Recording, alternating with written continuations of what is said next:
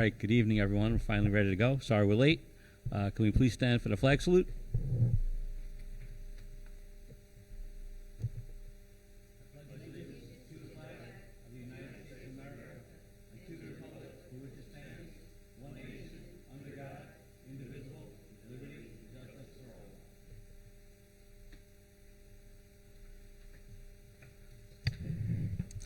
In compliance with the Open Public Meetings Act of the State of New Jersey, notification of this meeting has been sent to our official newspapers, posted on the Borough website, and notice posted at Borough Hall and filed with the Borough of Dumont.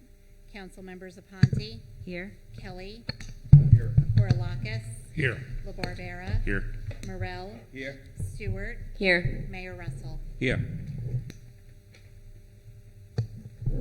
All right, next up, can I get a motion to accept the agenda as presented? So moved. Second. All in favor? Aye. All right, next up, we have a work session on the Green Acres, Charlie O'Connor Park improvements. Anybody want to start off with that one?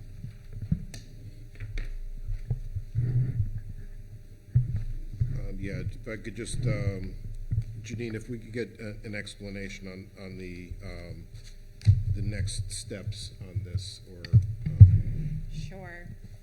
So this is a Green Acres funded program that the borough applied for, and it's a 75% funded project, and we have a 25% match. It is basically it's funding that's hard to come by. It's for an ADA compliant park, and the next step would be that we have to do a preliminary assessment report in order to keep the funding. So if we are to do that report, it would give us until 2026 to complete the project as per the information that our CFO looked into and received from the state. So at this point, we just have to decide if we want to accept the grant monies or if we are going to move on from the project. thank you, Janine. Just, to rehash a little bit, so this topic came up about a year ago. The vote for applying for this grant was a little bit, divisive on the council. There was a split council decision on it. This would be the park on Lafayette Avenue. It would be intending to, and the reason it qualifies for this three-quarter match or three-quarter fund from Green Acres is for special needs playground, which, although we have a couple of items at other parks that are intended for special needs, this would be a park that might be suitable for children that have sensory issues, autism. It would have quiet spaces. It would have equipment that would be geared towards special needs participants at the park.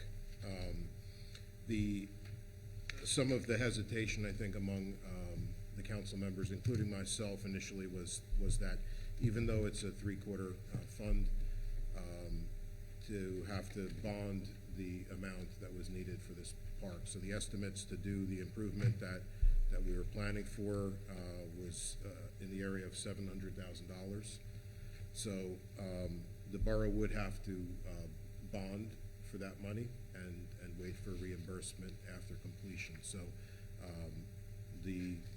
there was hesitation because of the 2025 budget year is going to be one of the most difficult budgets that we've faced in the borough, and we were concerned about trying to fund even this project, knowing that we would get a three-quarter reimbursement for it. There is a need in town, in my opinion, for this type of facility. That park in particular, for anybody that knows or goes to that park, knows that it hasn't seen any improvements in quite a long time. It's underutilized, and this would be a benefit that we would be able to fix it up, make it a usable park, and especially for a growing community, I think, in our special needs residents. So, one of the reasons why I was in favor of going through the grant application for this project was that it offered a longer time period for us to complete the work and therefore fund it. So it allows a 24-month period from accepting the grant to actually building it and applying for reimbursement, which would allow us to do the bond in 2026, and therefore the down payment would come out of the 26 budget rather than the 25 budget. So, so we just wanted to have, I think there's been a little, you know, I thought it would be good for us to have a discussion again, considering that it was, there were different opinions on this and how to proceed. There will be a little bit more investment for this step to proceed forward, and just to gauge where everybody is and that everybody's still on board with moving forward with this. So, if anybody has any feedback on that, otherwise. I think, Tom, the plans were drawn up. We paid an architect. How much money was it? I think it was. Neglia actually did the plans for the park. I think it was about $10,000, I think it was. $13,000 for Yeah. the preliminary plan. I was asking, I know that the plans were drawn up for the park last year, so they were in the ballpark of about $10,000 to $13,000, Janine said. So I think that's something we have to take into consideration. We put that money out. And as Tom said, I think it would be a tremendous asset to the town. We just have to really consider how much money we're laying out. 75-25 grants don't come around that often, though, especially for something like this, and there really is a need, you know, to service that part of our community. I won't be here, but I'd be in favor of it. I agree with you, Carol. And we can scale the project back also. I think, you know, looking at the original plans, there was a lot in there, and it was even the night that we had the public hearing on it. You know, you kind of always put a lot into these projects when you go for the money. It can be scaled back. But as of now, it's $750,000 that the town would have to come up with the bond for. You got a bond for the whole thing. Yes. And we also did look into it, and we cannot move it to another location, so that we did look into. So. I can't see spending that kind of money or bonding for that kind of money with going into 2025. I just think it's irresponsible at this point, given how high our taxes are and How how much higher tough than the next budget year? is. I can't imagine doing this right now.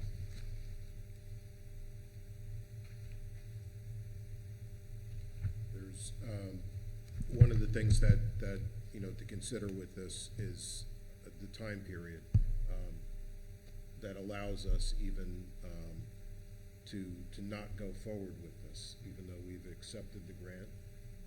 If we don't lay out the money, if we decide at any point to not proceed with this, obviously we wouldn't seek reimbursement. We would lose the grant, but we don't have to proceed until we actually vote to proceed with the project. I think other than this next step, we're not committing to spending the $700,000 until we actually commit to bond that money. So, the project doesn't happen until we do that. So. And we can scale it back as well, so we could definitely not make it Yeah, I think a lesser scaling it back project. would be a good So, Tom, you're saying there's discussion. no expense whatsoever until we vote on this?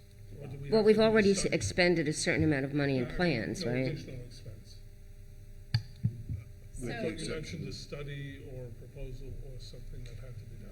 the PAR would cost us some additional money, about $5,000, to move forward at this point. And if at that point we said no, we'll have the 5,000. Yes, in addition to the money that was already spent last year. And how much was already spent? Do we know? It was probably about $11,000 to $12,000. And some of that was for the grant application itself, right? They prepared the grant application.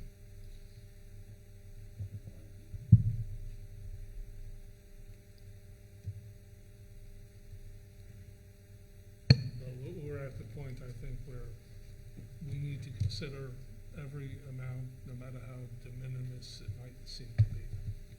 So, When do we have to have that decision by? Yesterday. No, really. Yeah. Yeah. It was actually due in October, and the engineer's been kind of pushing it off until we come to a conclusion. are you suggesting a vote tonight? I'm sorry. I said, are you suggesting a vote tonight?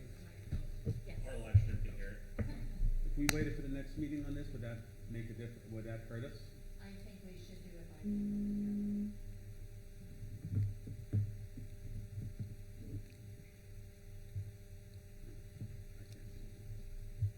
However, if we do it, if we vote on it this evening, all we're committing to do is looking at it. We're not expending anything that we haven't already expended. If It's we just don't the act next on step. it this evening, we lose the opportunity for the 75-25 grant. Right. And again, I know how rarely they come up, and I know how underserved that part of the population is. Although we have to bond for the total amount, we get reimbursed 75% of that amount. So just for consideration. And just to be clear, there is another expenditure at this juncture. So it's not just the next step. So the preliminary assessment report there is a cost associated with it. So How much? Tom, how much is that? I don't About have, 5,000. Okay.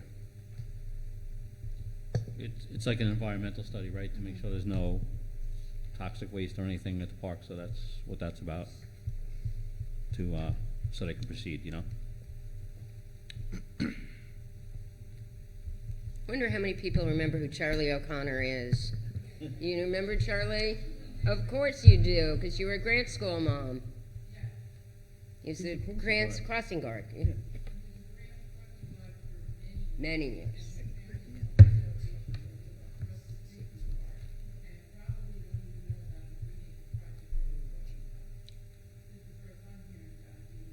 It's very preliminary discussion at this point.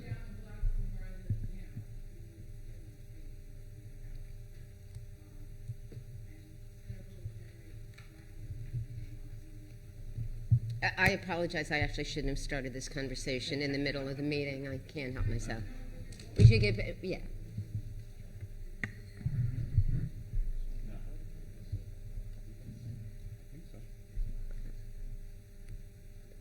So we don't have anything to vote. Well, you can add it if you want it, but it seems to me that the consensus is not to. do we have any motion or would anybody like to put a motion forward to proceed with the preliminary assessment report? I'd like to put forth a motion to proceed on this as a whole for tonight. And whatever the next steps may be. Second that.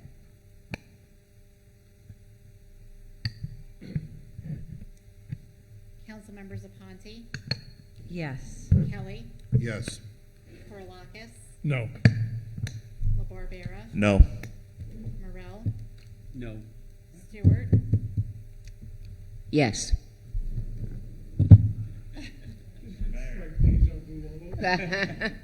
Mayor Same Russell. thing. So this is just going forward with the PAR, right? Another 5,000. $1,000 that we don't have. That would.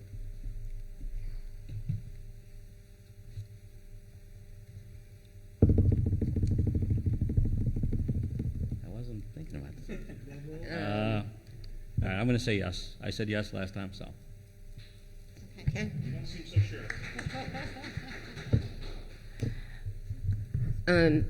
Bear with me a little bit tonight, guys. It's my last night, 7 years on the council. But one of my favorite moments, and the person in the audience will remember this, was when Anthony Schiraldi and I conspired to get together to get some special equipment over on my side of town for a very special, over on the Seltzer side of town. Do you remember that, Anthony?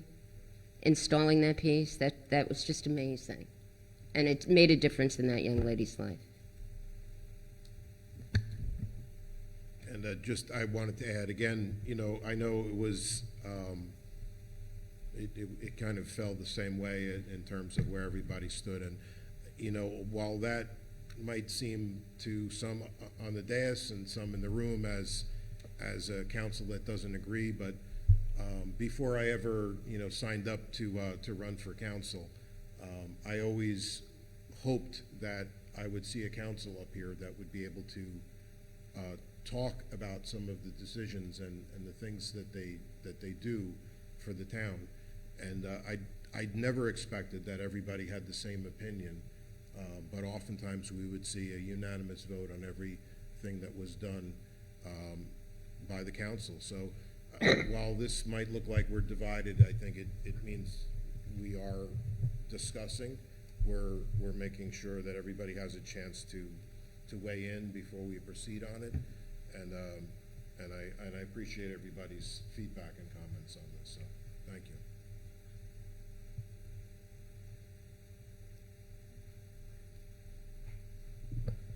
All right, so next up, we have some approval of minutes. So can I have a motion to approve the September 10th, 2024 closed session minutes? Motion. Second.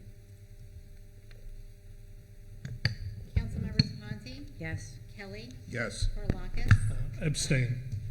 LaBarbera, Yes. Morel, Yes. Stewart. Yes.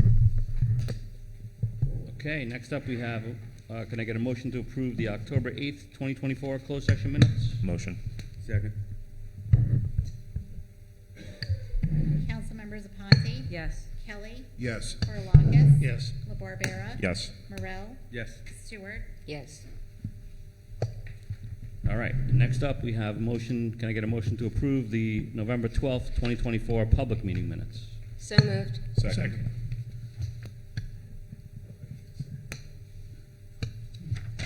You can. You're on. Councilmembers Conti, Abstain? Kelly, Yes. Karlockis, Abstain. LaBarbera, Yes. Morel, Yes. Stewart. Yes. All right, now we're going to move on to reports. So I'll start with mine. So last Friday, we had the Winter Festival at the Memorial Park, and it was a great night, even though it was a little bit cold out there. But we had a great night. We had a pretty good turnout, and I want to thank everyone for coming out. I want to start off with some thank yous. First of all, Anthony Schiraldi and the DPW, who did a great job setting up the park. I know it was really cold that day. We talked about it. Really windy in the morning and stuff. So thank you guys for all the work you did. And you stayed after all of us left, too, and cleaned up. So thank you, DPW. Also like to say thank you to the police department and the PBA for making hot chocolate and handing out cookies to everybody. That really hit the spot, especially on Friday night when it was so cold. So thank you to the police department and PBA. Also, Tony Como and the rec commissioners who were also there at the park. Tony, of course, did a lot as usual. And the rec commissioners were there running the hayride and stuff like that. So thank you to them. Janine Seek and the Borough Hall staff. Deb and Jody were there as well. And thank you to all of you. Special thanks to Dumont BP gas station, who provided the petting zoo for us, which was, I didn't get over there, but I think a lot of the kids had a good time with that. Of course, you can't have an event in town without thanking Mary Ann Rossini, who was everywhere I went on Friday night, so thank you, Mary Ann. And of course, we couldn't have it without Santa, right? So thank you to Santa for stopping in Dumont and visiting with all our children. And then I would just like to say happy holidays to everyone, and Merry Christmas to all. Remember the reason for the season. And we have a menorah lighting on December 26th at 5 p.m. here at Borough Hall, so if anyone is around, please come by. And this is going to be our last meeting of the year, so I'd like to say Happy New Year to everyone as well. And that's it for my report. Thank you. We're going to move on to council committee reports now. Councilwoman Aponte. Thank you, Mayor. As per the DPW, grass pickup will begin on March 11th. Residents can hold on to additional leaves and yard debris until then, or it can be dropped off at the DPW. But please call the DPW ahead before going down for your drop-offs. They are open Monday to Friday, 7 to 3 p.m., and gates are not open on the weekend. So thank you, Anthony Schiraldi, for all this information. And that is it for my report. Thank you, Councilwoman Aponte. Councilman Kelly? On finance, work is continuing on the budget preparations for the 2025 budget. The Joint Land Use Board, the last meeting, there was a presentation for the area in need of redevelopment study for 2 West Madison Avenue, the Wells Fargo property. There was a hearing for the redevelopment study, and it was approved by the board, agreed with the recommendation that it meets the criteria for area in need of redevelopment. There was also a resolution passed by the board to recommend to the council that they declare the property for 2 West Madison Avenue an area in need of redevelopment. What that does, that's the first step in the town to be able to make a redevelopment plan which designs the zoning for that parcel. There is ongoing talks between the property owner and the borough that involves a project on that property without additional properties adjoined, specifically on the Wells Fargo property, to develop a mixed-use building that would be relatively close to what currently the affordable housing overlay zone allows. So the next steps would be where the council would get the recommendation from the Land Use Board. That recommendation is being reviewed now by the DCA, New Jersey DCA. When it comes back to the council, we will vote to declare or not declare the area in need of redevelopment. So there will be a public meeting. There'll be notices provided before that vote takes place. If that area is declared an area in need of redevelopment, then the town could begin working on a redevelopment plan. In terms of the DPW, I did also want to mention to thank the DPW for the tremendous job that they've done on the leaf cleanups this year. I can't tell you how many times they've gone by my house. It seemed like at least weekly during leaf season. The entire town was kept, the leaf piles were gone as fast as you could put them out. And we really appreciate the hard work that Anthony and the DPW crews did in leaf season. I also wanted to commend them on the, while keeping up with the leaves, they were able to prepare our winter festival on Friday. Friday morning, they were out there in the cold weather.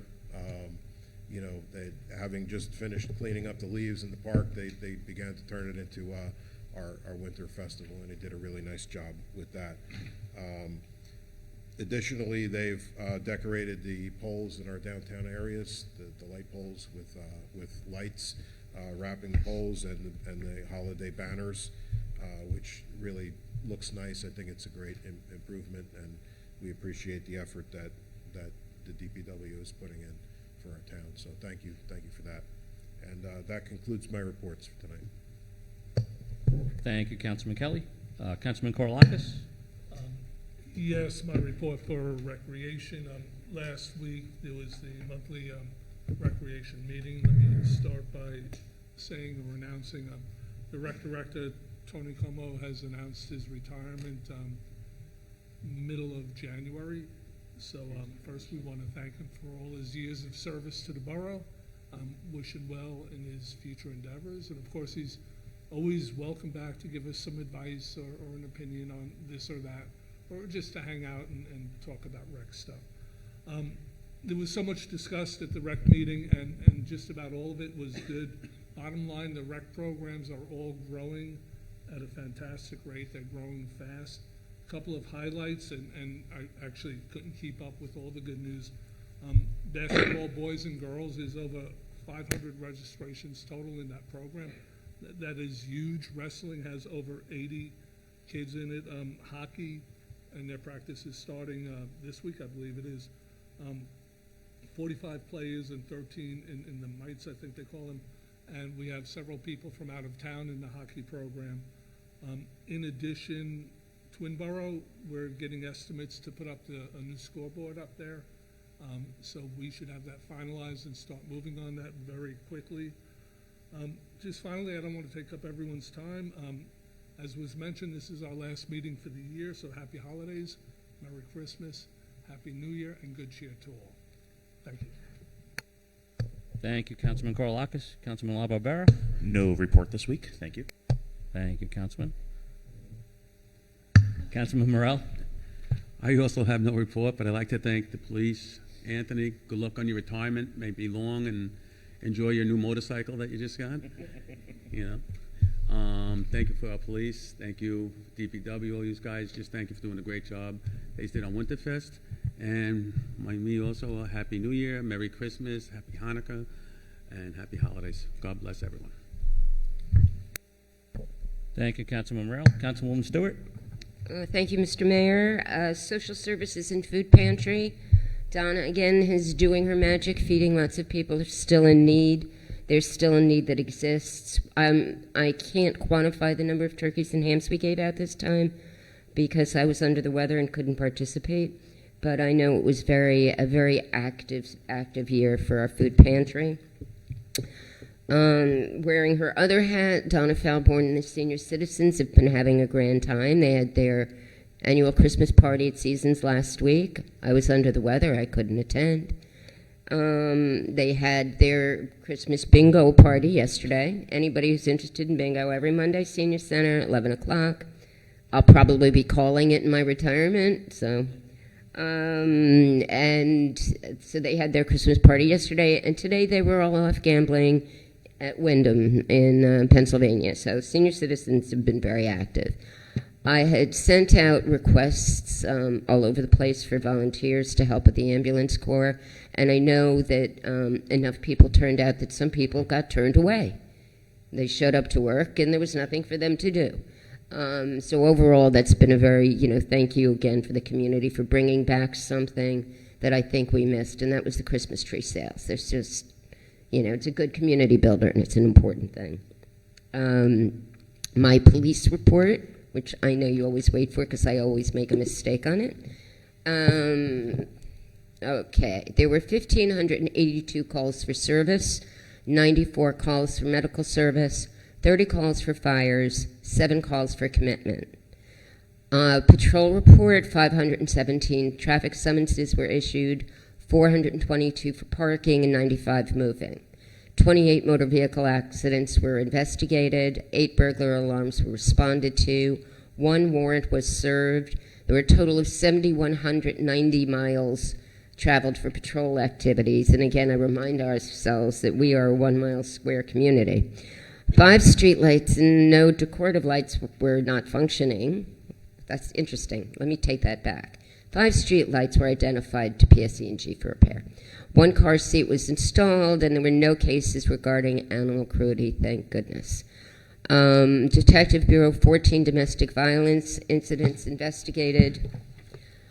Conducted screenings, e-screenings for the BCPO, the prosecutor's office, 9 expungements, 29 firearm investigations and carry applications, 32 criminal cases were investigated, the prepared subpoenas, NDOs regarding identity thefts, fraud, evidence management, monthly UCR, I don't even know what that means. Kyle? What is NIBRS? NIBRS. Now I know. NIBRS. Reports were completed. Investigation with the IRS regarding a false tax preparer. Prepared discovery for attorneys and courts. multi-agency CVS counterfeit currency investigation ongoing with the Detective Department, joint investigation with DEA ending in an arrest, attended a detective monthly meeting at Northvale Police Department, issued solicitor peddler permits, and hosted monthly detective meetings. Something that makes me very happy is seeing the involvement of our police force in our community once again. And Winterfest, which again I was under the weather, I wasn't able to attend it, but I understand we had a tremendous show from our police force, and a large number of our PBA members showed up to support the community, and that's always appreciated. Our LEAD program, which is kind of the replacement for the old DARE program for some of us that are a little bit older, began seeing their assigned 5th grade classes. Adopt-a-Cop officers continued visiting classes. The police department attended Dumont High School's Veteran Day service. They attended the VFW ceremony service at Memorial Park. And Detective Foglio began organizing an opioid addiction presentation to bring to Dumont High School. And we know that, opioid addiction knows no socioeconomic boundaries. The more education we can get, the better. And that is complete. Thank you. I will add my Merry Christmas, Happy New Year, Happy Kwanzaa, Happy Hanukkah. Happy, just be happy.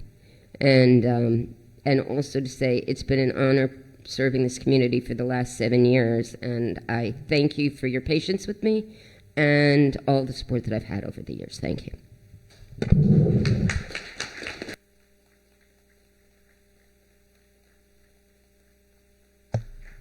Thank you, Councilwoman Stewart. And we're going to move on to Administrator's Report next. Mrs. Seek. Thank you, Mayor. I was going to report on the Winter Festival, but everyone else did a great job doing that. So thank you, everybody who attended, helped, etc. It was great. It was cold, though. We have 2 employees listed on tonight's agenda who will be retiring as of February 1st, 2025. Our DPW Superintendent, Anthony Schiraldi, and our Recreation Director, Tony Como. The borough will have very big shoes to fill, finding replacements for these 2 very important employees who have dedicated a lot of time to our borough, and they will both be greatly missed by everyone here.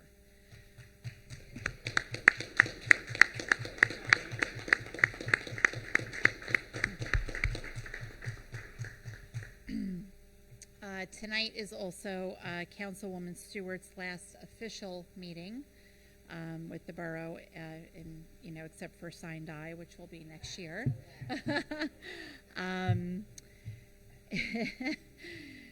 So her term comes to an end at the end of this year. I just want to say that it's been both an honor and a privilege to work alongside you during my entire tenure with the borough. And your institutional knowledge on the council will be missed. And I know we will still see you around town in your many volunteer capacities. So we'll miss you, Carol. Moving on, we are applying for a couple fiscal year 2025 grants, a community development block grant to pave Sunnyside and Shadyside Avenues. Also, a local recreation improvement grant to repair and replace the lighting at Memorial Park, as well as much needed bathroom renovations and purchasing of bleachers. We also hired 2 part-time seasonal employees for the DPW. One started yesterday, the other one will start next Monday. The mayor and council senior luncheon was held on Saturday, November 23rd. I want to thank Donna Falborn for organizing a wonderful event. Jody Delahanty accepted all of the RSVPs on Donna's behalf.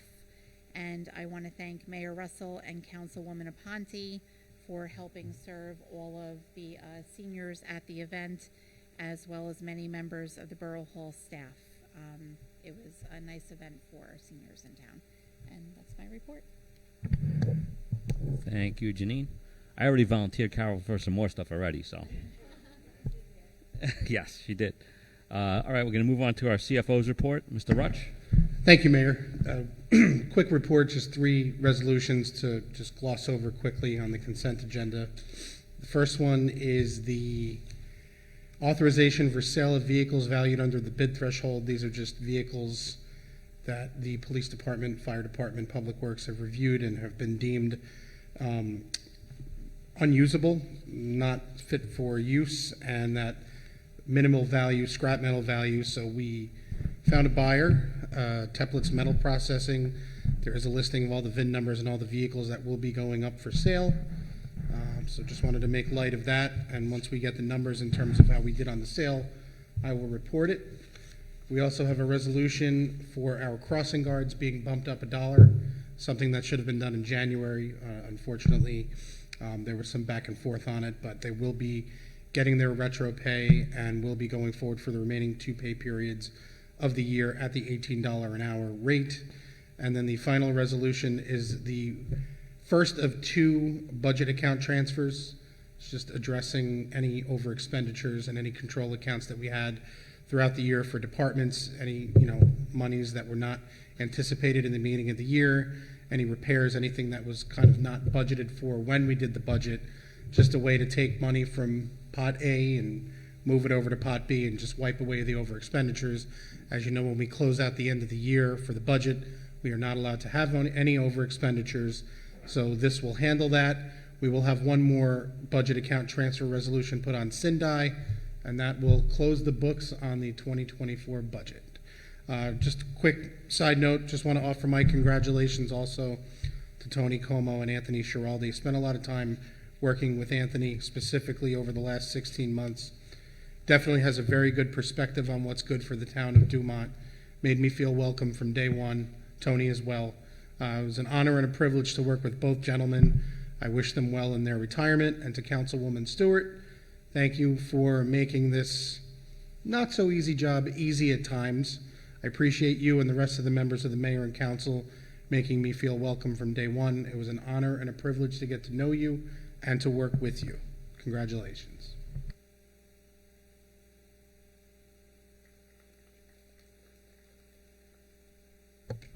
Thank you, Mr. Rutch. Next up, our engineers report, Mr. Tenkate.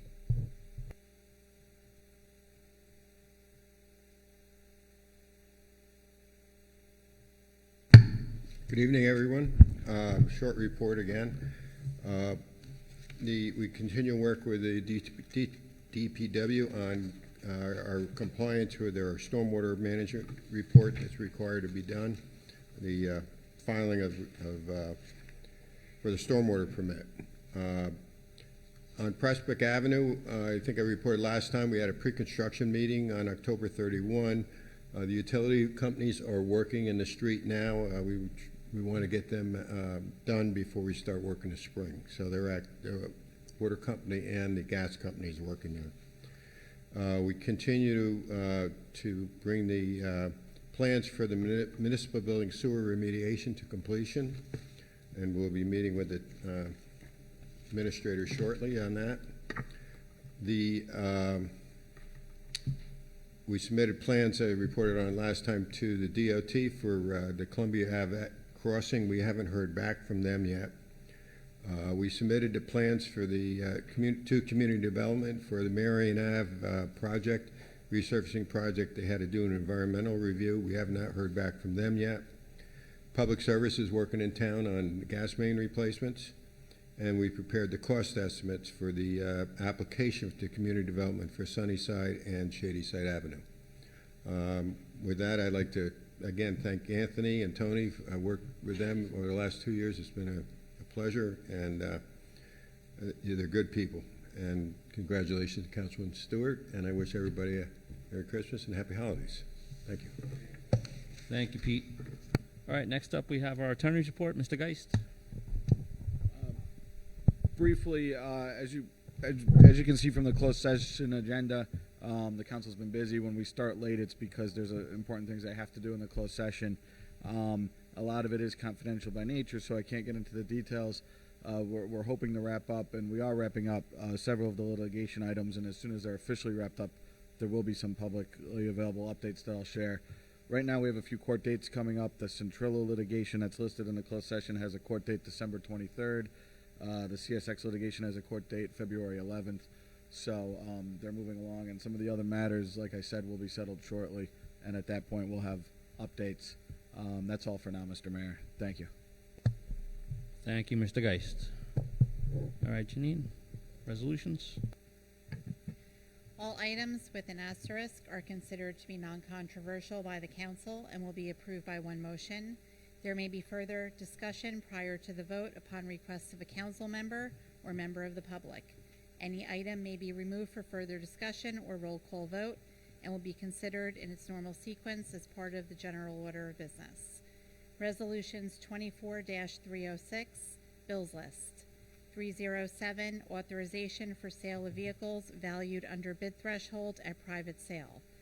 308, Accept Emmanuel Guzman's application as probationary firefighter. 309, Authorize fiscal year CDBG application Sunnyside Shadyside Roadway resurfacing project. 310, accept Paul Shoyinka's resignation from Recreation Commission. 311, authorization of municipal clerk contract. 312, appoint Janine Seek as borough administrator. 313, authorize redemption of tax sale certificate number 23-00002. 314, employee assistance program agreement. 315, accept retirement from DPW superintendent. 316, accept retirement from recreation director. 317, accept Janice Savage resignation from CAIDC. 318, approval to apply to and acquire funds from NJDCA for fiscal year LRIG program. 319, approval to refund trust developer escrow. 320, approval of hiring DPW seasonal employees. 321, authorize advertisement for superintendent. 322, authorize advertisement for recreation director. 323, installation of a handicap ramps on Madison Avenue. 324, amendment to 2024 salary resolution crossing guards. 325, authorization of 2024 budget account transfers.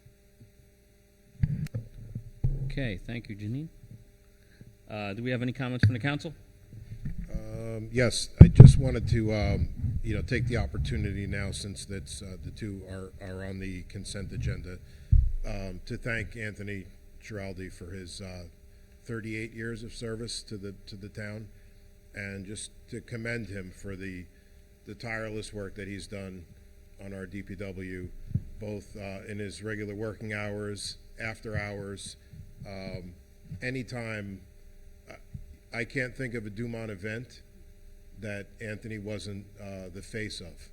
So 30 years of Dumont days, many years of winter festivals, Easter egg hunts, Memorial Days, Veterans Days, any activity that we had in Dumont, Anthony was there at the ready to get done whatever needed to be done to prepare for it.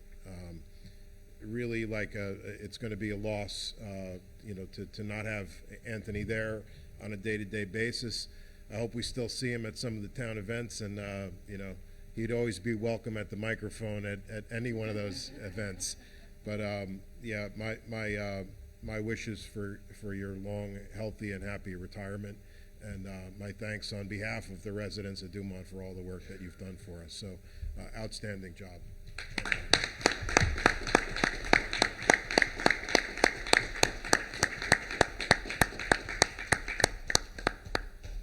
And again, congratulations to Tony Como. I know he's not here tonight, for the work that he's done for recreation for the kids of Dumont. My kids have benefited from the work that he's done.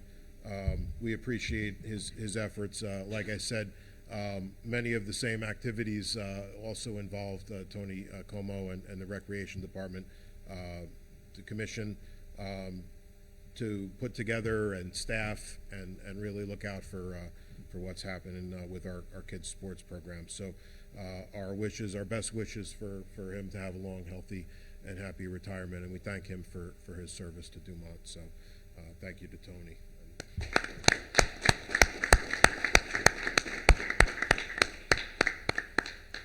That's it on the consent agenda.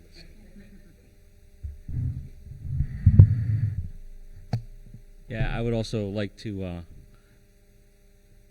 calm down. I would also like to thank Anthony for his many years of service. It's been a pleasure working with you, Anthony, and I've known you a long time even before I was in this role. But thank you for all your service to the town. Like Tom said, you're always around. Every event we went to, you're always there. So enjoy. I'm jealous. I got a couple years left, but I'm jealous. So thank you very much, Anthony. And Tony Como, thank you too. We know you've done a lot for this borough as well, and we appreciate all you've done. Thank you.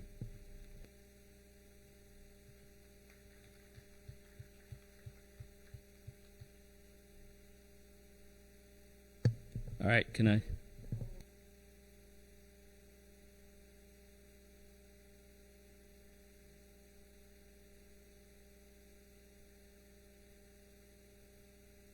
This would just be authorizing advertisement. You can modify the actual, yeah.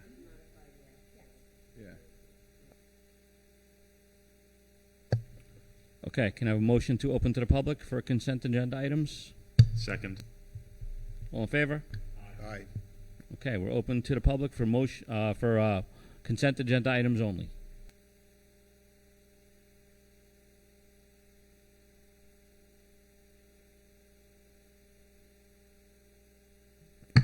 Hi, Joan Struble.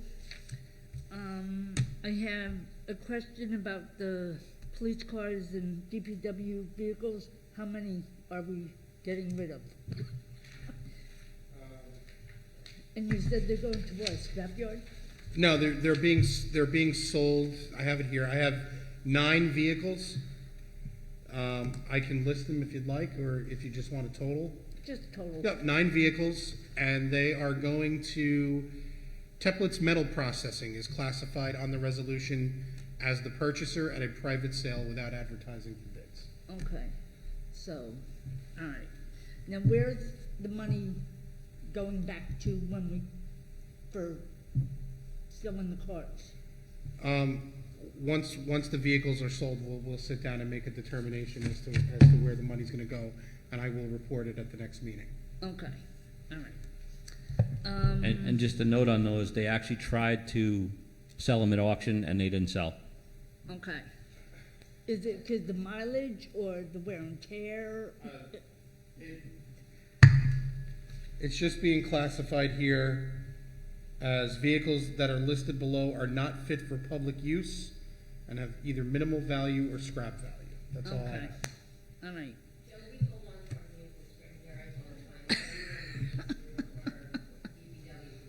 Yeah. No, we saw the new police cars we got, so we weren't sure. I was asking whether or not these were replacing those or. Yeah. And we also sold a bunch on Gov Deals. I think Karen kind of was in charge of all that, but you know, it was like this whole process. It was about a year ago, and they had them down at the DPW yard, and we did make a little bit more money off of the other vehicles doing it that way. Yeah. But with these vehicles, no one wanted them. It's, you know, they're undrivable. Yeah. And yeah. Understandable. Yeah.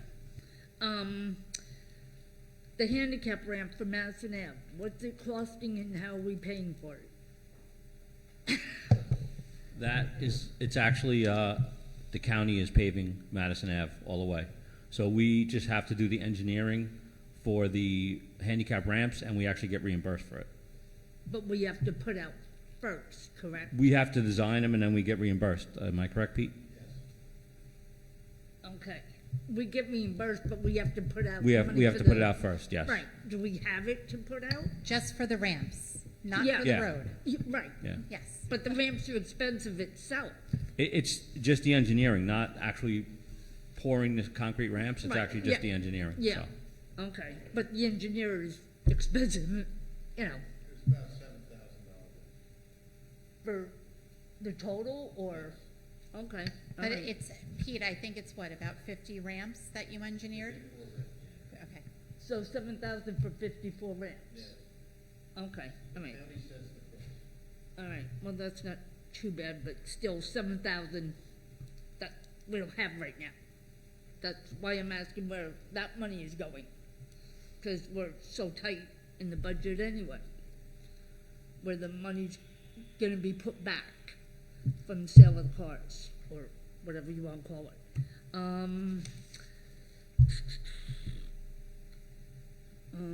What's CAIDC? Oh. Okay. All right. Okay.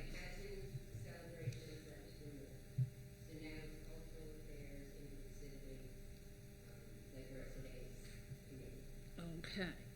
Thank you. The other question was the DPW seasonal employees. Didn't we already hire them for the leaf cleanup? Are they continuing for snow help with snow removal, or what is that? Yes, they'll help with snow shoveling, anything else that the DPW superintendent deems necessary. So are we hiring more? Not right now, but we do have retirements happening. We have one person who just retired, another one retiring on January 1st.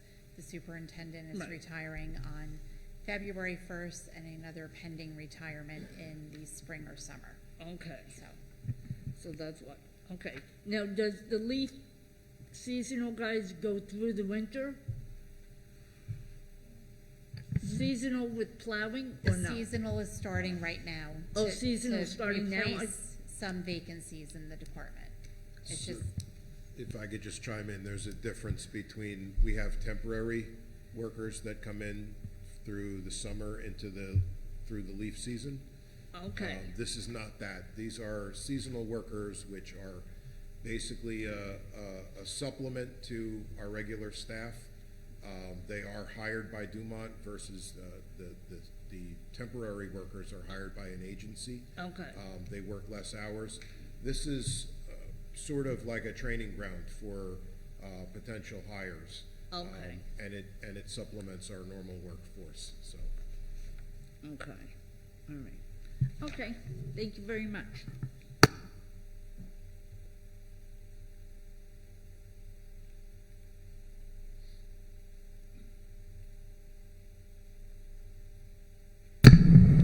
Hello, Mary Ann Rossini. It wouldn't be a meeting if I didn't come up, right? But this is a good thing. For number 312, the appointment of Janine. Great choice, guys. Awesome choice. Thank you, Janine, for all you do. I mean, firsthand, I mean, you're always there for our committee and me with my off-the-wall questions. So appreciate it, and thank you very much. Carol, thank you very much for all the services that you've done for us. And, you know, sometimes we didn't get along, but, you know, at the end of the day, we're you know, but thank you. I never sat in that chair, but I could figure it's not an easy job. So, and it's basically a volunteering job. So, thank you. I could tell people, no. Yeah. But thank you, and maybe we'll have a spot on our committee for you. We'll go to 12. Yeah, no. Tony Como, I've known Tony, you know, honestly since I'm a kid, so he's always been helpful in everything.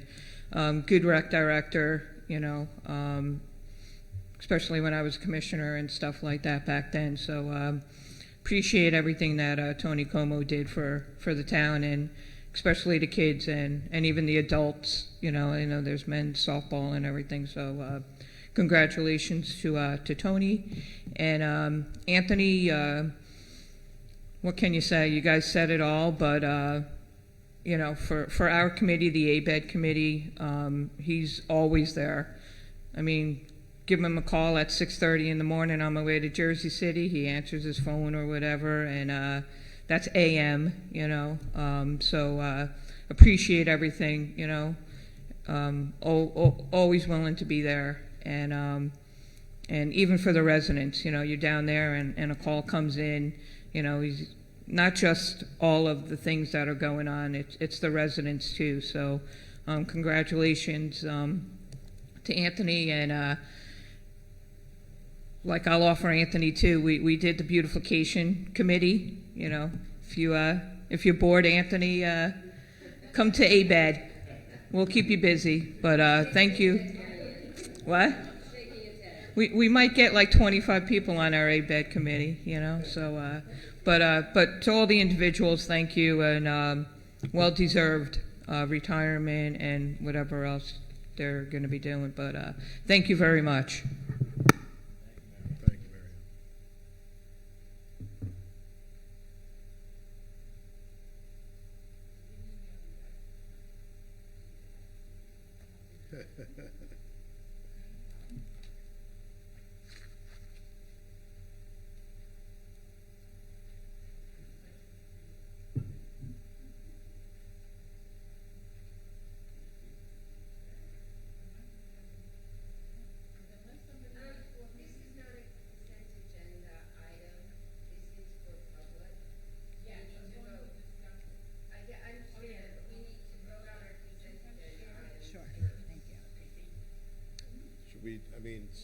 Should we maybe just do this one and then we'll go back to consent? So she's already up. Yeah. Yes. Yes.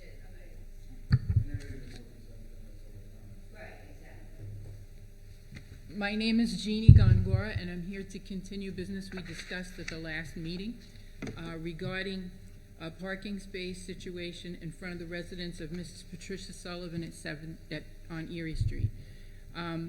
I'm in receipt of your recent reply to my letter regarding Mrs. Sullivan's handicap placard and moving forward with special accommodation signs. I'm skipping over parts of the letter to just highlight the important parts. We've been discussing these matters in a positive way during our last meeting, and by the time we went our separate ways, I felt as though we were going in a very positive direction. By the time we went our separate ways, things were good, and then I received the letter. The letter explains that it almost sounds like it's going to take some time to get this done, that you don't have an ordinance on the issue, and it makes me wonder if we're moving forward and fast at all at this point. I would like to see an ordinance made. It would be lovely. However, I'm primarily concerned with the fact that every time we take my mother out, there seems to be a car blocking her handicap ramp.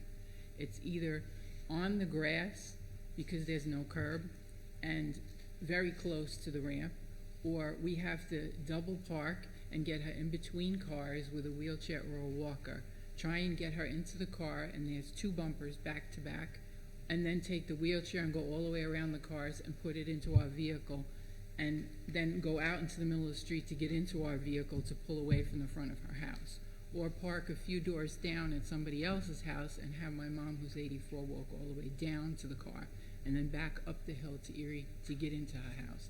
And this is regardless of time or day or not. Now, according to the Americans with Disability Act,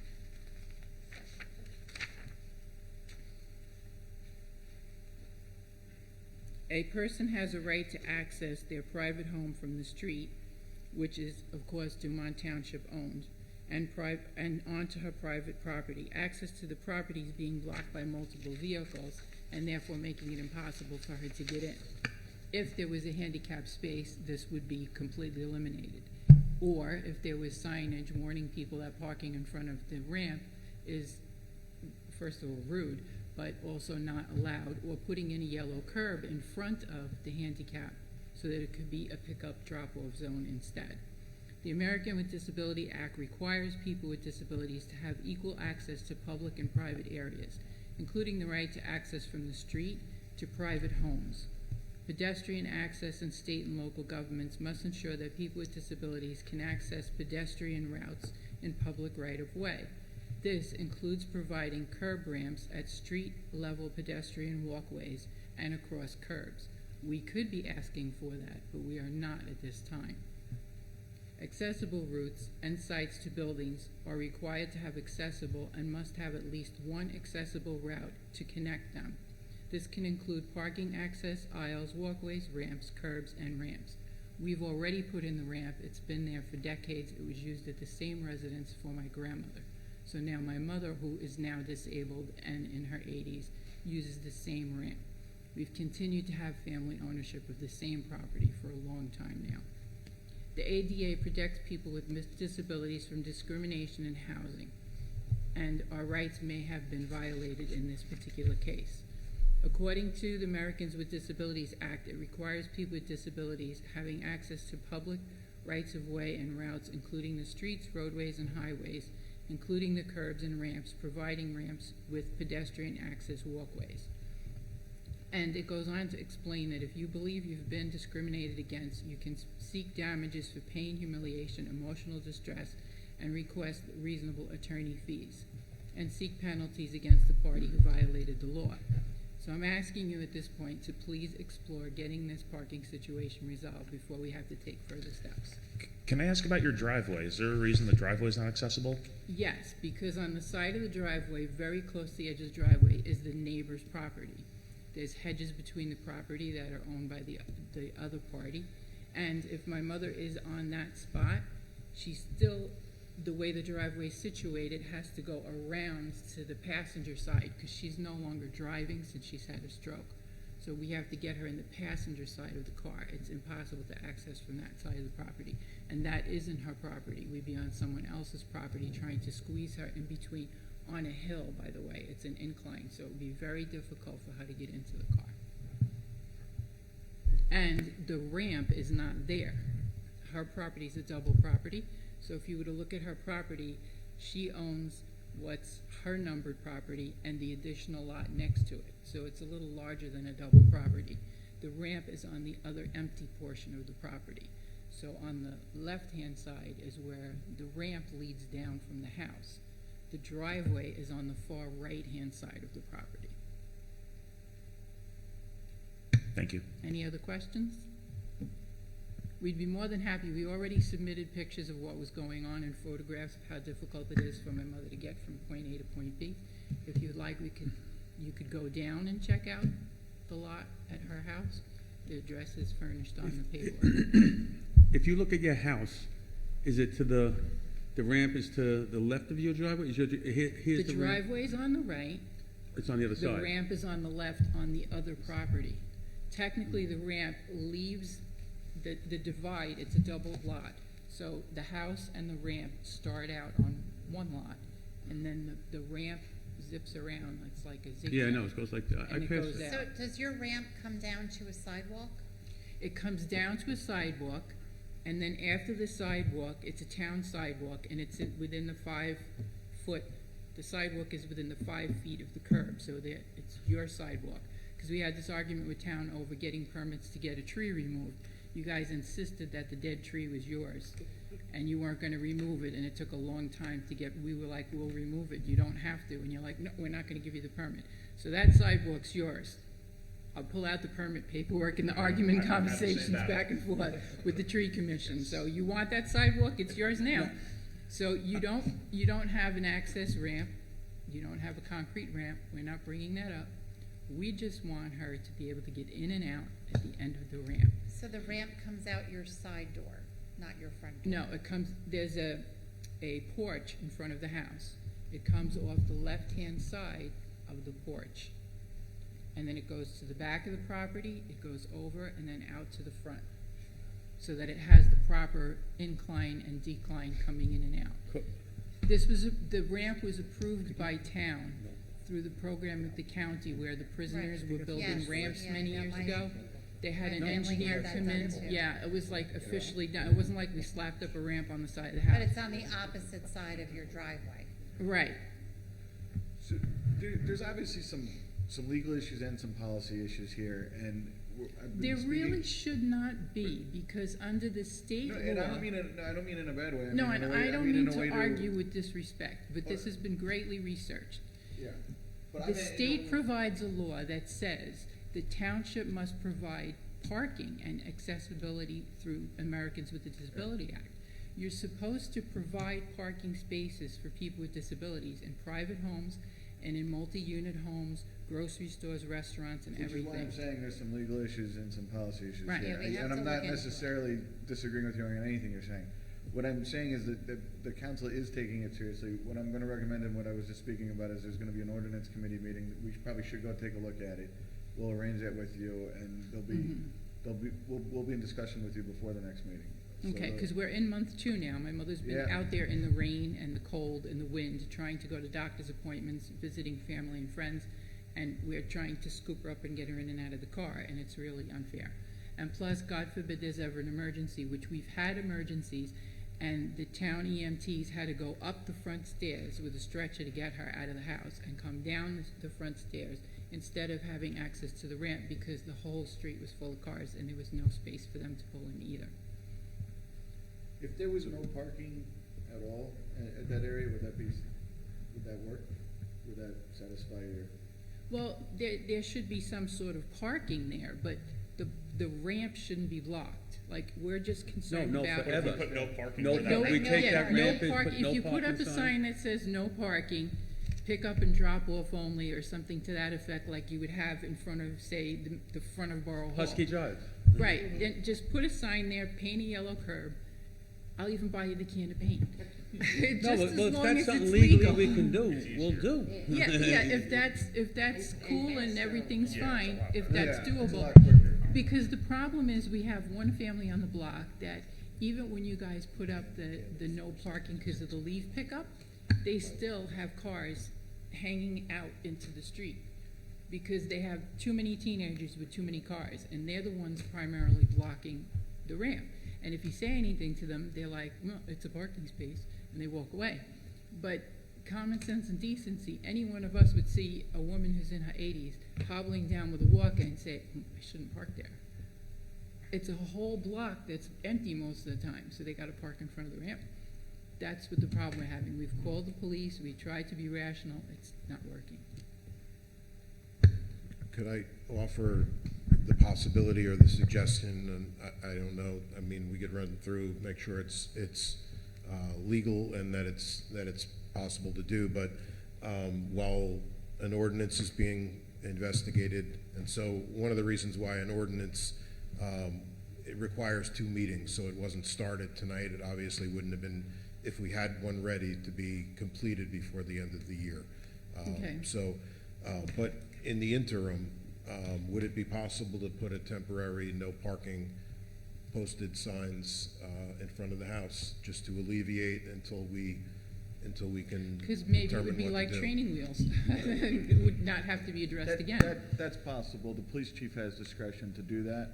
So if the mayor and council wanted to ask the police chief to do that, that is certainly possible.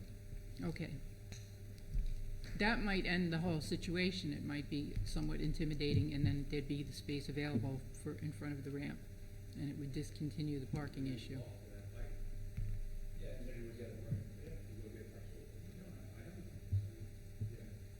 But also, we'd be able to pick her up there, so if one of the family members' cars pulled up, we'd be able to load and unload.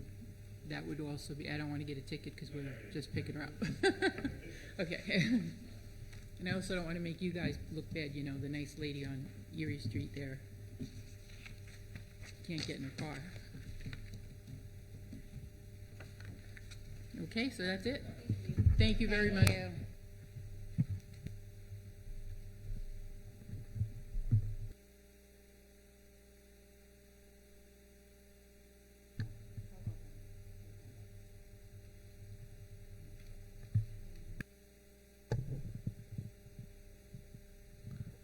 Does anyone else have any comments on consent agenda?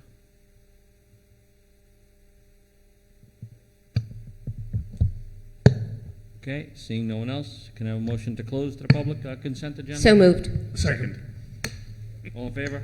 Aye. All right, can I have a motion to adopt the consent agenda? So moved. Second.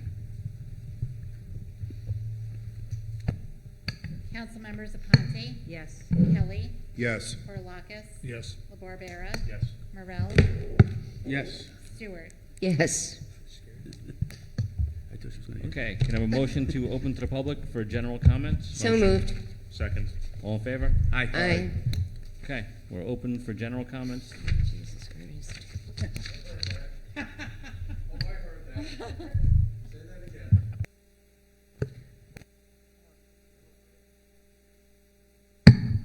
Carrie Stopsky, 4080 Quackenbush. I've been speaking with our hopefully new borough administrator somewhere in the future, hopefully.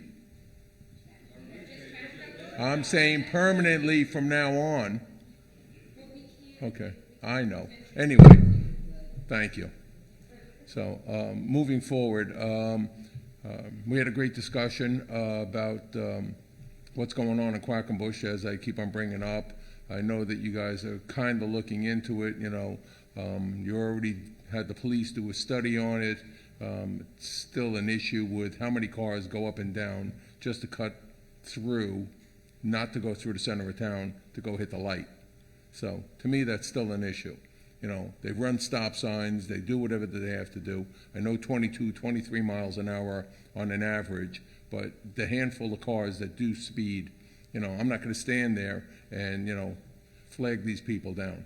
So hopefully moving forward, we can come up with some kind of resolution come next year. Again, she knows that I'd rather have a speed bump somewhere just to slow the cars down. Bergenfield did it. I don't know how they did it, but whatever the deal is. The Brook, again, I'm still hoping that, you know, you'll email me so that I can try to move forward. If not, I'm going to get a phone number for DEP and I'm going to call them because this needs to be done. Something needs to be, I don't want to hear water ends up going and making its own path. It needs to be leveled. Because if you come over, take a look on my, you know, on my side of the property or at the wall, you'll end up seeing that there's a buildup on John Mars's part of his wall, and it's going higher. So the dirt hits, and it just keeps on going up. Where the water's going to end up? Again, in my garage. I'm going to lose another car. I'm not going to be happy over this. So we need to do that. And my last thing is, Anthony, you're the best. I honestly mean it. In all the years, I've known him for many years. He's done over and above everything, everything. And, you know, he will be well missed in this town. I know he'll be around, but he will be missed. And that's pretty much it. Again, thank you for all of what you guys do, and thank you for listening to my rant. Thank you.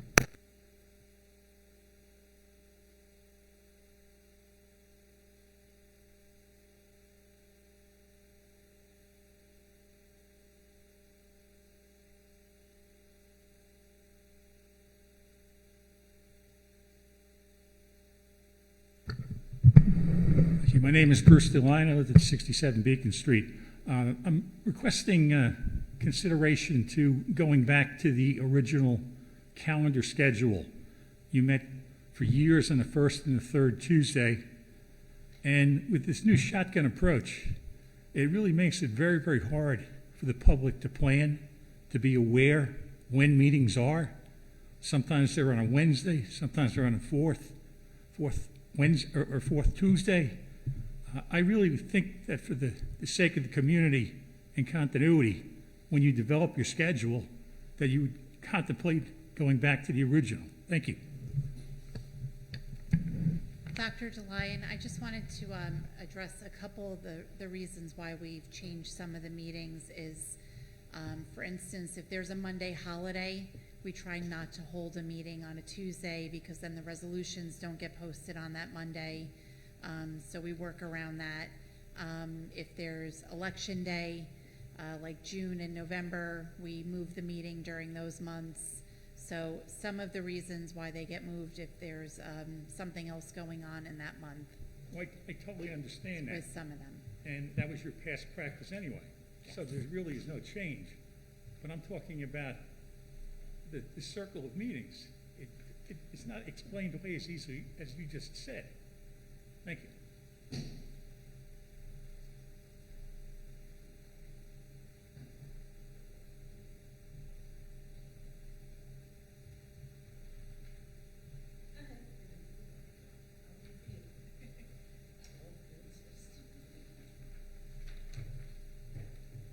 everybody. Happy holidays. Hi, Mary Normand. Carol, thank you for all of your service. I know we always have not seen eye to eye, but you're a hard worker, and I appreciate all the work that you've done on this council and in town. So,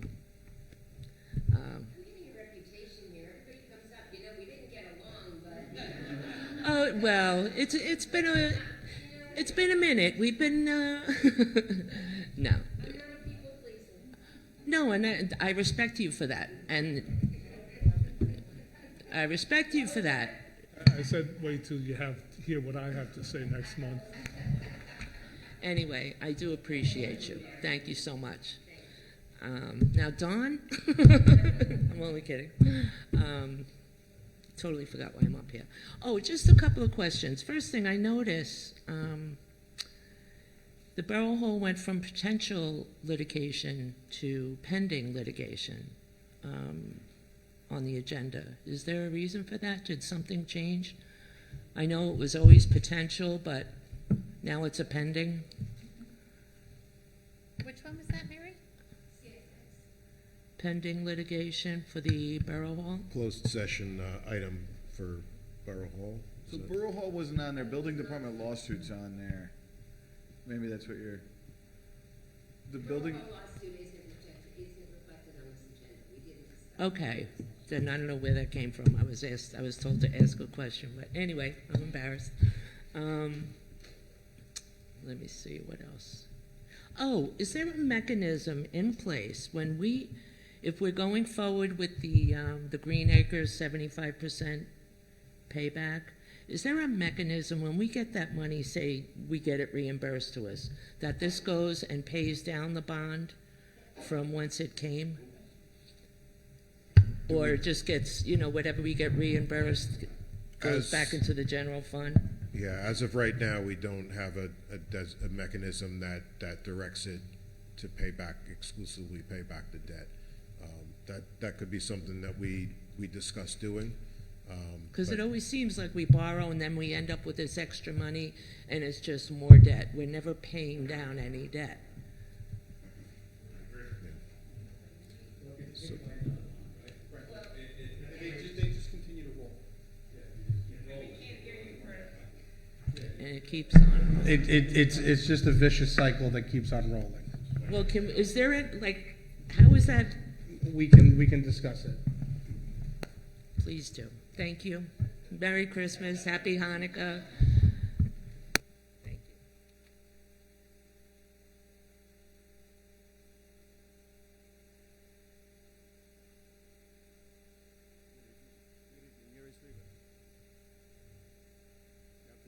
you. Good evening, Yuris Rivas. I'm a commissioner in the rec department. I am here because I am concerned about the direction that the rec commission is going. As I understood it, the rec commission was here to help promote youth sports and to have some oversight in the programs and the people running the programs. In the past couple of years, what's happened is that the commissioners are running the sports, so there is in all the programs, so there is no oversight. And I think that can lead to a lot of problems. When Tony Cuomo was out, I was in charge of helping some of the bills and looking at some of the invoices coming in from some of the programs. And I was concerned about some of the things that I saw. Like there were some bills for private lessons for some kids, for some of the people in the rec commission that the town was paying for. And when I questioned it, the people that I was questioning were the same commissioners and the people that are in charge. I've also seen things that volunteers being driven out of running programs because the people in the commission didn't get their way or didn't like what happened to their kids in those programs. One of the things that we need to do is figure out how we bring back the commission, or if we need a commission, because it seems like there is no, we kind of don't know what's happening, we don't know what we're doing. When a problem comes up, it goes to the town, and it comes back to the commission, and it's really, there's no oversight, and it's being used for some people to just take advantage, I think, and just kind of have absolute power of the fields and kind of do whatever they want. one of the things that I saw that was concerning and why we need oversight is that the current chairman of the commission has been paid from the town over the past 2 years over $9,000 for doing work on the fields or doing things around town that in other towns I see that gets done by volunteers. So there's like work that's being created and bills that are being created that I don't feel, I've been coaching in Dumont since I moved here 2015 and coached before. I used to do a lot of stuff as a volunteer, and I see a lot of volunteers doing things, and I see that the town is paying to do those things to the people that are in charge and that are in the commission. So I think that we really need oversight, and I think this needs to be investigated to see how we can allow that to happen. I mentioned this to Janine, which congratulations, by the way, on your appointment, very well deserved. So I'm hoping that, and I shared this with Garrett as well, so I'm hoping that we can look into this and figure out what needs to happen so that the commission is really serving its purpose, or just to have this oversight and not to kind of run everything without their powers being checked and being able to take advantage or do things that are not ethical.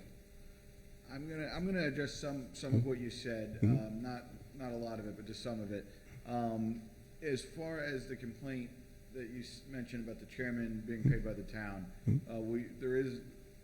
we are investigating everything that you brought to our attention, and so I have to caution the mayor and council because of an open investigation. We can't share too many details, but what I can say is that the bills that you're talking about were for a landscaping company that the chairman may have an ownership interest in before he was on the rec commission. The town never paid him any money when he was on the rec commission. All of it predated his appointment. So certainly somebody. Well, he was paid in 2024. For he work was a that was commissioner. done in 2023. The bill was sent in 2023, but the work was done in 2024. So the bill was conveniently sent just before. we can go through, and share all the results when it's done. But there was no money paid by the borough. There was no money paid by the borough for work that was done while he was on the rec commission.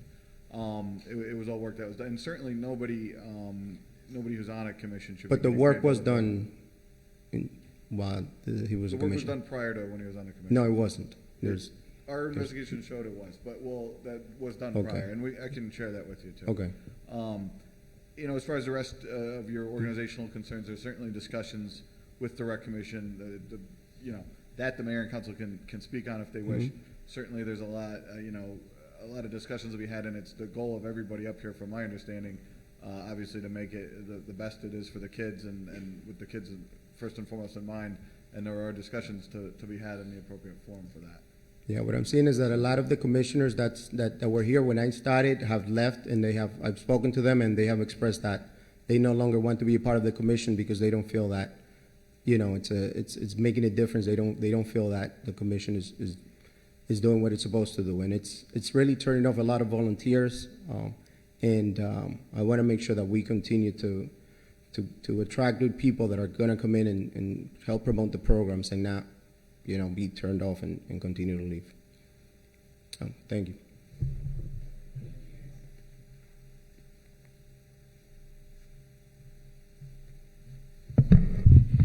Hello, Marianne Rossini. So, Chris, are you saying that when we get the grant money back, we can't pay down? We're not allowed to pay down? Grant money that comes in, it goes back to a specific purpose. So the way we pay down debt is money gets raised in the budget. We have a debt schedule that we follow every single year, and that's how we start to pay down the debt. But the debt rolls every year. But for example, if we get $250,000 back, why wouldn't we take that $250,000 and put it toward that bond that we took out? So now we only owe $100,000. Well, the way we do a bond ordinance is we're responsible for a 5% down payment, right? So 5% comes out of our operating budget to put towards the bond ordinance. Then we authorize debt, and then between the administrator, myself, the bond counsel, we figure out what grant money is coming in to offset some of the debt authorized. That's how it works. So we're basically borrowing money to run our town. Depending on the useful life of the purchase, the size of the purchase, yes. Only because I know before our old CFO. I know another resident and I asked that question, like, why can't we just take that money and buy it down? And we were told at a meeting that that wasn't allowed. And then all of a sudden, his last day, he came over and apologized to me and said, you are allowed to do that. I never knew that. He didn't know that. So I don't understand why we would just keep funneling that money into general. Why wouldn't we pay down our debt? I mean,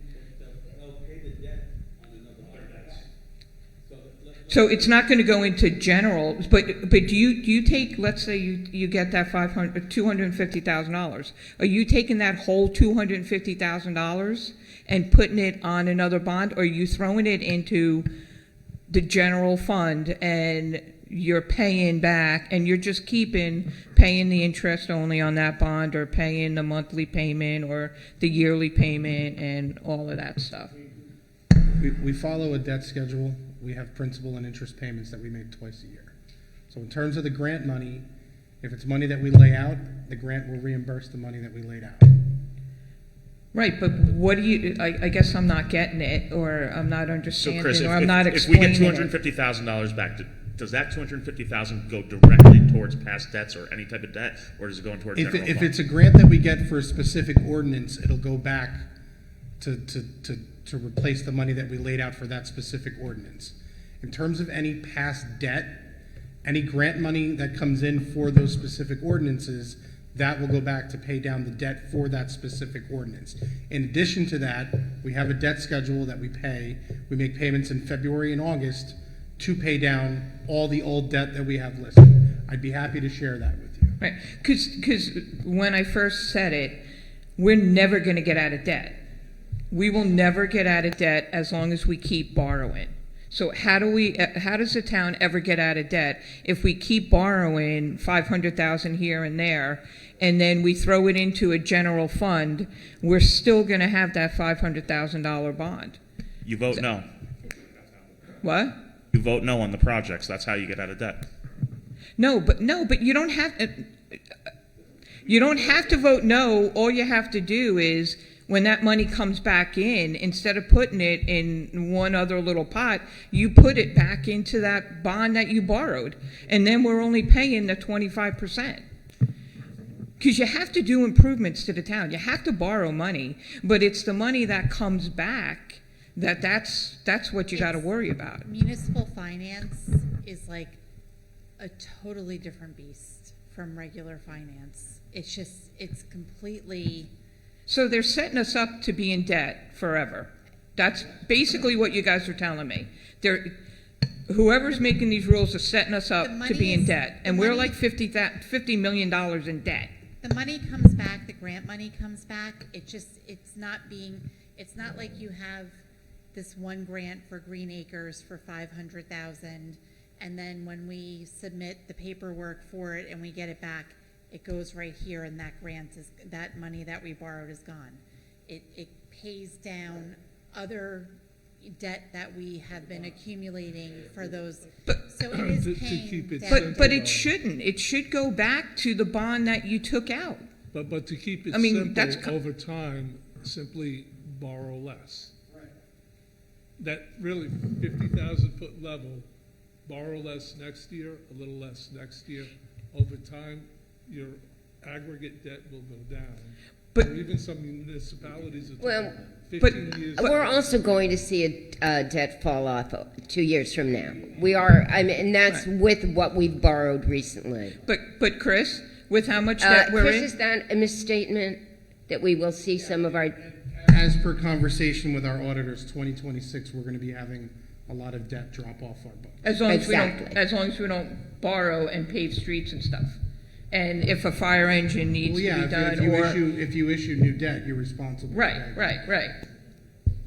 But the thing is, Chris, we're not going to, without borrowing to get those big chunks of money back, we don't have money to pay all of the debt that we're in. If you borrow less, because I think we all realize we're not going to borrow zero for quite a while to come.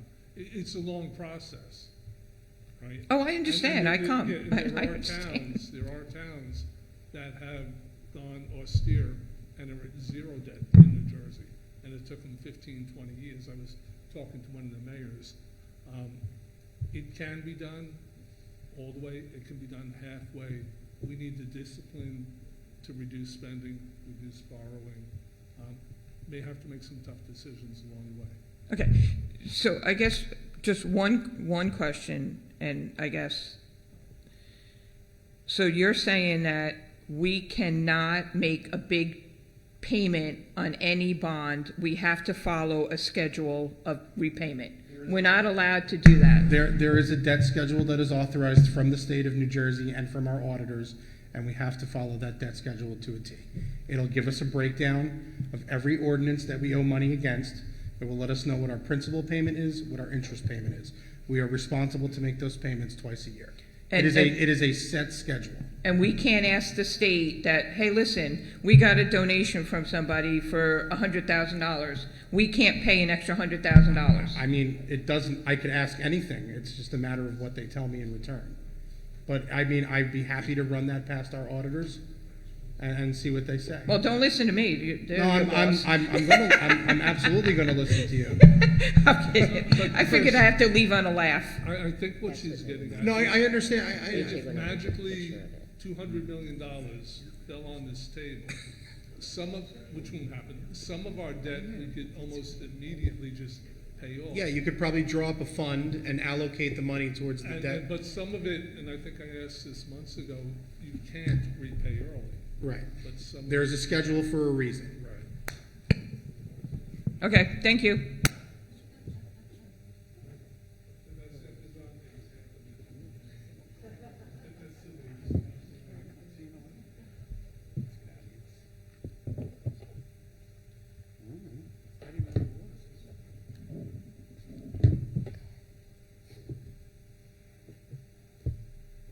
How's your back? Good.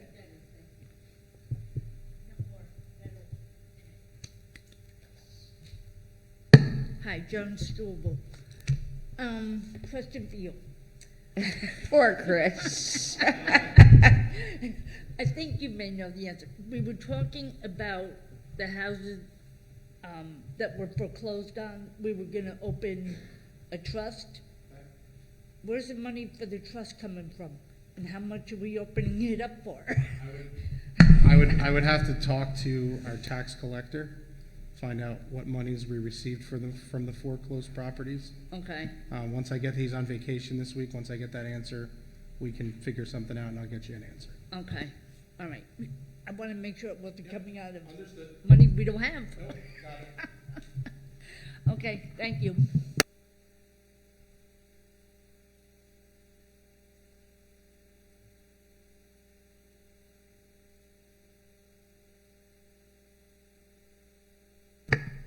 Jerry Aponte, Hickory Street, Dumont.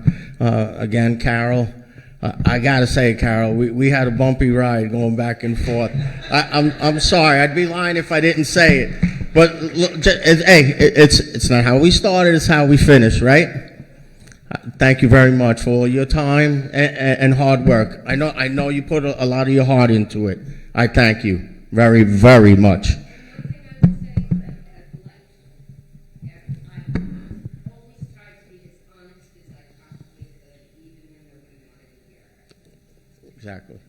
Exactly. Thank you. Anthony, we go back quite a ways also prior to, back in when we had all full levels of football and everything, and we did need quite a bit of help. I thank you for everything you've done, and I know you've done a lot more since that. So, again, thank you very much for all your time and dedication. Just real quick, and listening to what's going on, I do understand we're tight. Things are tough, but do we really want to start on a park for special needs? Is that our starting point to start with, to cut back? You know what I mean? Just think about it. There's a lot of things we can do in town. I say it all the time. You know what? certain things, I'd be more than happy to donate time, money, whatever it may be. Go out, ask for, try to get whatever I could, for the town. Those are starting points. Cutting back, to even discuss cutting back on special needs is quite a bit, pretty much embarrassing. All right, guys, thank you. Again, thank you all for your time. Good year. I know you all try hard. Let's, put it together. Hopefully 2025 will bring that $2 million and drop it on the table. All right, take care. Thank you. Thank you, Jerry.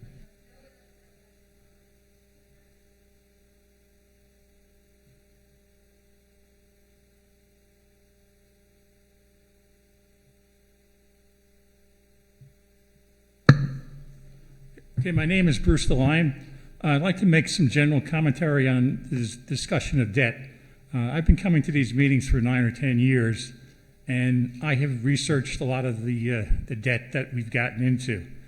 Now, we're $45–50 million in debt. We have tax increases will come when we have our reassessment. I have to say it was encouraging that several of the council members showed an interest in being appropriate in terms of not bonding for everything that we need. The only way you can ever break debt is to spend less money and cut back. And I really think some of the projects that we've done, we could have waited on them. My tax bill goes through the roof. And frankly, I can afford to pay my taxes.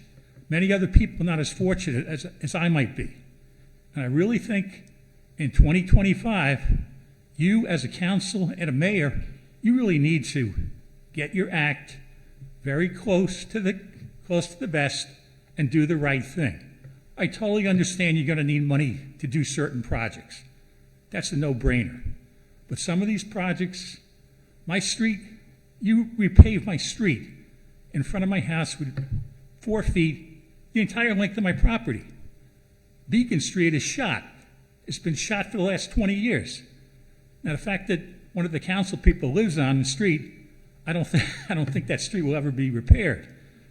But it's embarrassing that you put 90 feet of replacement macadam. I had holes that were 3 inches deep in front of my house. My neighbor at 70 Beacon Street is the same. That's been there for the last 10 or 15 years. Now, Mr. Geist, I'm just looking at you. I have no evil thoughts about you, so please don't take it personally. You're my line of vision. All right, but again, I spent 38 years as a school administrator. I understand bonding. I understand debt. I totally understand you can't just pay down debt. You have a debt schedule. The financial manager certainly shared appropriate information. He seems to be very well tuned.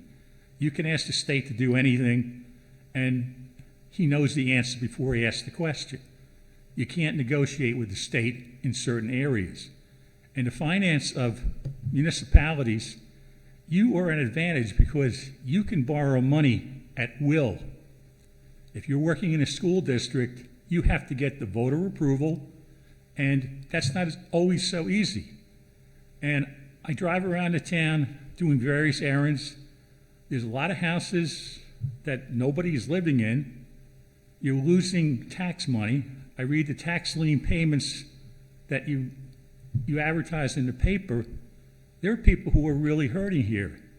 And I think as a council, you have to hear their burden and do something appropriately. Now, West Shore Avenue. I mean, I believe that was paved because another project fell through. Now, Andover, I know you're going to pave Andover. Andover's a disaster, but they're putting in sewers or some type of public service work. So I understand why you hold off on that. But just because something falls through doesn't mean you have to spend it on something else. If I got a check in the mail for $10,000, that doesn't mean I have to go out tomorrow morning and buy something for $10,000.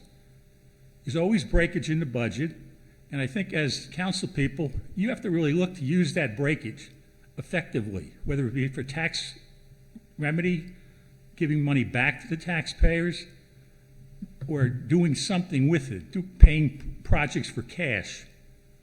Because there's many things, if you do a special needs park, God only knows what that costs, because I haven't been to the meetings recently. But if you have a $100,000 project and you get breakage of $160,000, you can spend that $100,000 for that project, whatever that project may be.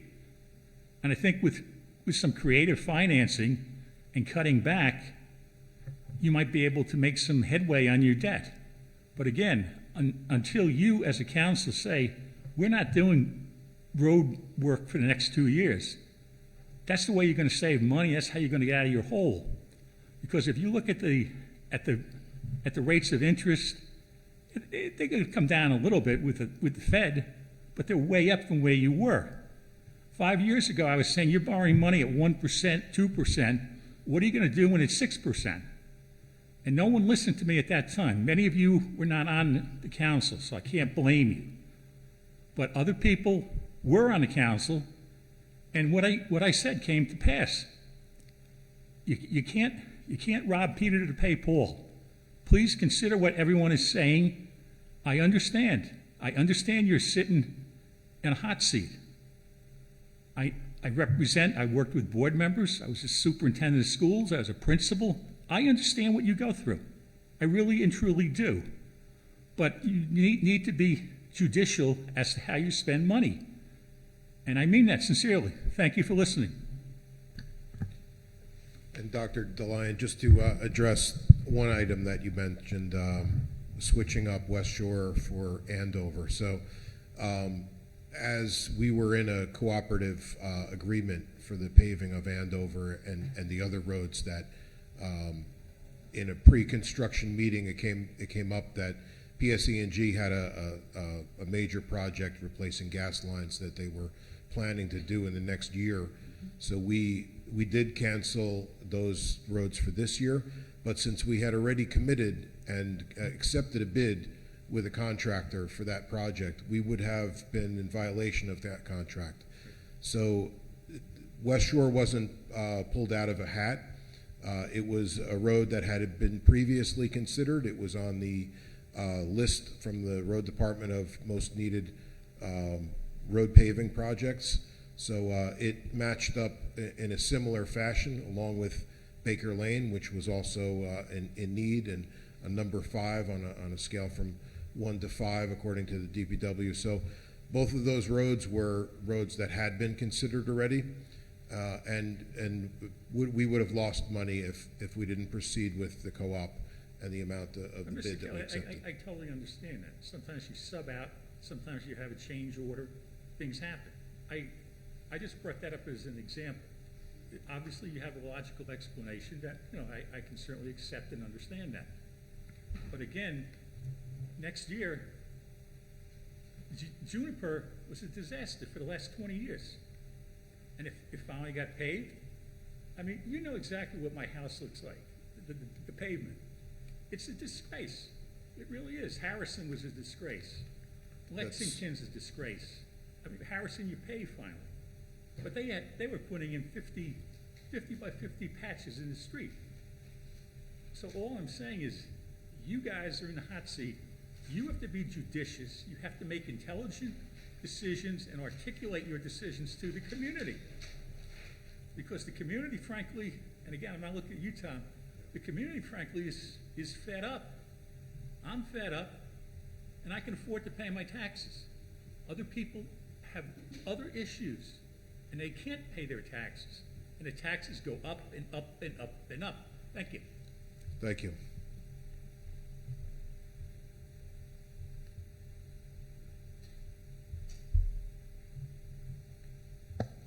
Okay, seeing no one else, can I have a motion to close to the public? Motion. Second. All in favor? Aye. All right, we have any comments from the council? Yeah, I did want to just add my comments about this being Carol Stewart's last full meeting as a council member. As somebody also that came to these meetings for many years and followed the goings on in town, sometimes We didn't agree on things, but I did always have a respect that we heard what Carol was thinking. And there were not that many open conversations or dialogue at council meetings that I came to. But when there was, it always involved Carol. And she said what she believed. We knew where she stood on things. I think when I considered joining the council and when I envisioned what I thought meetings should look like and how council members should have the ability to say what they believe, to voice their opinions, to have debate and discussion on the council. I think we've accomplished that. I think we've also accomplished something that I think is unprecedented in my remembrance of Dumont Council, in that we had a unanimous decision of this council to appoint Carol Stewart, who was and still is the opposite party. Well, let's be honest about it. But the law required that she change her party to Republican in order to be appointed to this position, and she did so, which is a big step. She's been a lifelong Democrat, and we set out to do something different here, and I think we did. And as the senior councilwoman, when I started here, I very much valued her insight, her experience on the council. I had a lot of experience sitting out there, but not so much sitting up here and seeing the nuts and bolts of the budget and the bonding. I remember when I was being considered as a replacement to Mary Novoa, Councilwoman Novoa, when she had resigned. I was interviewed by the current mayor and council, and Councilwoman Stewart's question to me was related to bonding. What did I think about bonding? Do I ever see a circumstance where bonding is appropriate? Because I had many of the same questions that were raised tonight in terms of the debt and the growing debt and why everything has to be borrowed for. I think my answer, if I remember it right, was there are essential things that obviously we would have to bond for. But I would like there to be the debate. I would like us to not jump into things that aren't necessary. I believe we've done that. I think we've talked through. There's a difference of opinion on this particular project. When it came to the roads, we've adjusted the amount of roads that are being paved on a regular basis, but I think that having Carol's guidance in some of the things that have been done in the past, in preparing budgets, it was really it was benefit to me as the finance chairperson.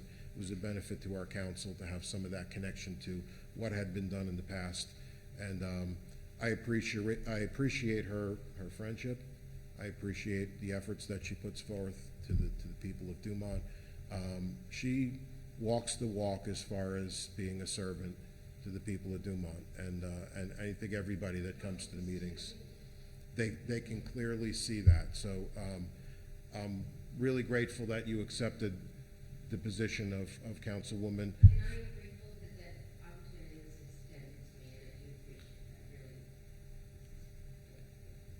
And I wish you well in your post-council days, and I hope that you continue to be a part of our committees and a helper in all the ways that you currently do. So thank you again, Carol. I appreciate it.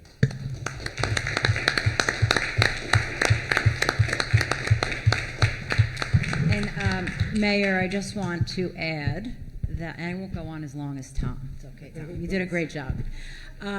Carol, I think coming on to this council, you were a bit afraid of who I was and how we were going to get along. And, I was probably the biggest push for you to change your party, to join us, because I knew what an asset you were to this council.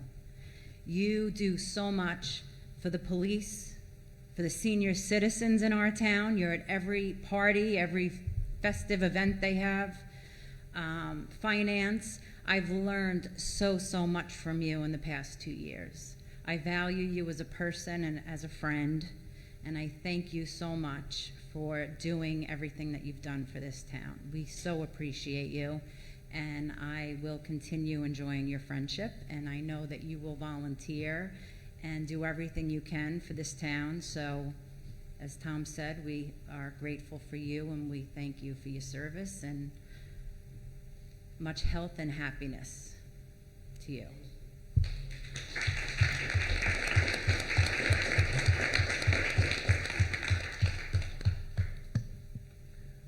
Carol, I would like to also say that you and I did get along right from the beginning. We did. And exactly. So, so that was great.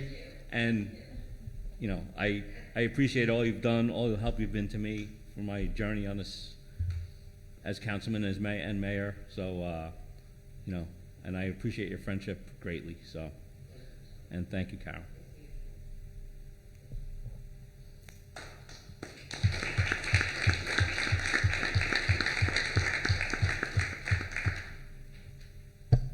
All right, so seeing nothing else, can I have a motion to adjourn?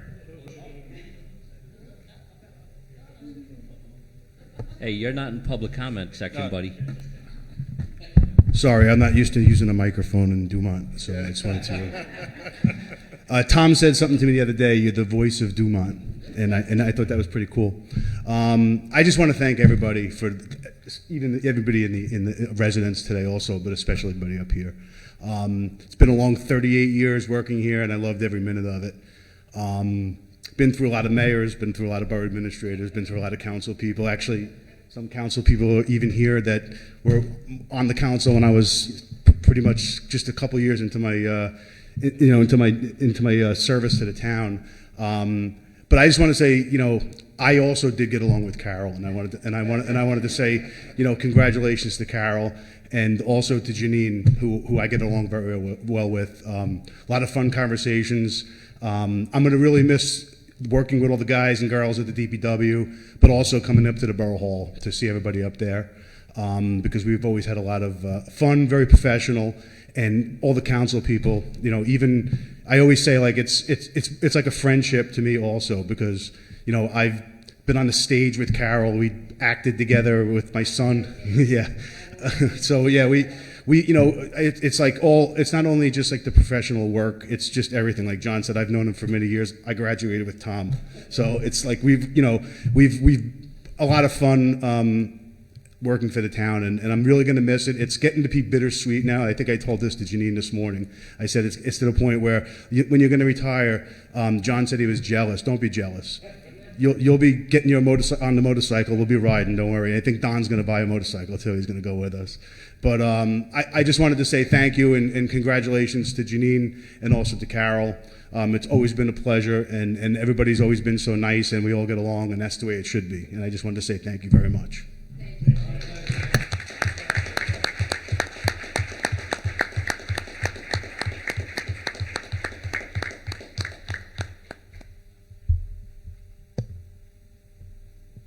Yes, it was definitely a nice meeting. All right, so can I have a motion to adjourn? Second? All in favor? Aye. All right, everyone, good night. God bless. Happy holidays. Merry Christmas.